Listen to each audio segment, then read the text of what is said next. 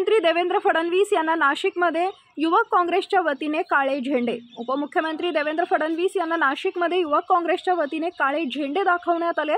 राज्यात कायदा सुव्यवस्था राहिला नाही आरोप करत काळे झेंडे दाखवले। काळे झेंडे दाखवताना पोलिसांनी कार्यकर्त्यांना अडवले। ब्युरो रिपोर्ट, तेज मराठी न्यूज।